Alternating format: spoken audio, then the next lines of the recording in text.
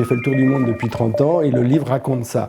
C'est un état du monde, disons, à travers l'espace, l'architecture et plein d'histoires qui se déroulent dedans. Ce qui m'intéresse dans le monde et dans toutes les histoires que j'ai ramassées partout, c'est le côté presque burlesque du monde, c'est l'absurdité des choses. C'est un voyage en absurdistan, quoi. C'est ça qui m'intéresse.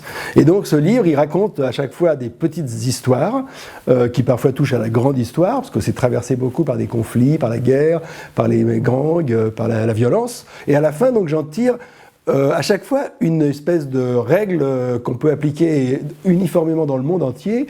C'est qu'à la fois c'est une espèce de morale et en même temps c'est une règle que tous les architectes ou tous les gens qui s'intéressent à l'espace peuvent utiliser. Par exemple, on parle en ce moment de la canopée. Alors les gens disent la canopée des Halles, est-ce que vraiment c'est horrible, etc. Moi je crois que quand bien même les gens ne l'aimeraient pas, c'est une architecture qui est déjà acceptée par tous. Et pourquoi ? Parce que je crois que, et c'est une règle du livre, c'est que une architecture ou une opération d'urbanisme, quand bien même elle serait détestée, si elle est affublée d'un petit nom, c'est qu'elle est déjà acceptée par le public. Ça a été vrai pour la raffinerie Beaubourg, c'est vrai pour la Dame de Fer qui est la Tour Eiffel, c'est vrai pour la machine à écrire qui est le bâtiment de Victor Emmanuel à Rome. Il y en a comme ça plein dans le monde. Contre-exemple absolument évident, prodigieux, la Tour Montparnasse que les gens détestent, elle n'a jamais eu de petit nom. Jamais. La canopée, les gens l'appellent déjà le couvercle de poubelle, la méduse, la feuille de salade.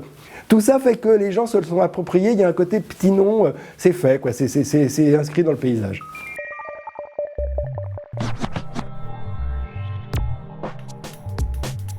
C'est les carrefours. C'est-à-dire, j'aime bien les endroits où on a envie d'aller au bout de la rue pour tourner, pour aller voir ce qu'il y a derrière. Un peu comme quand on a envie de grimper une montagne pour aller voir de l'autre côté, quoi. Il y a des centres commerciaux absolument sinistre.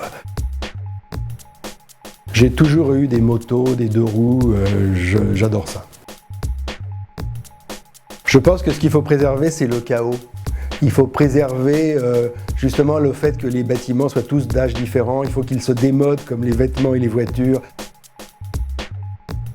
Il faut arrêter de faire de la ville un espace de pub, de croire que c'est aussi propre que dans une publicité. Les villes qui sont dynamiques aujourd'hui, c'est les villes qui arrivent à se réconcilier avec leur fleuve. Donc je crois que ça sera appelé à se développer beaucoup. Oui.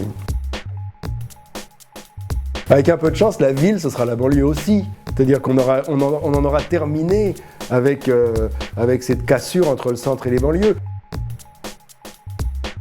C'est de comprendre que dans la nature elle-même a des quantités de stratégies que les humains aujourd'hui peuvent technologiquement utiliser. Il faut s'inspirer de la nature pour conserver la nature.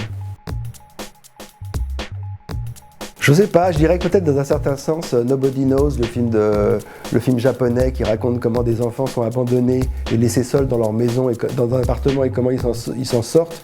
Je pense que dans certaines mesures, la solitude, c'est peut-être encore plus ce qui nous attend qu'un développement échevelé de la technologie.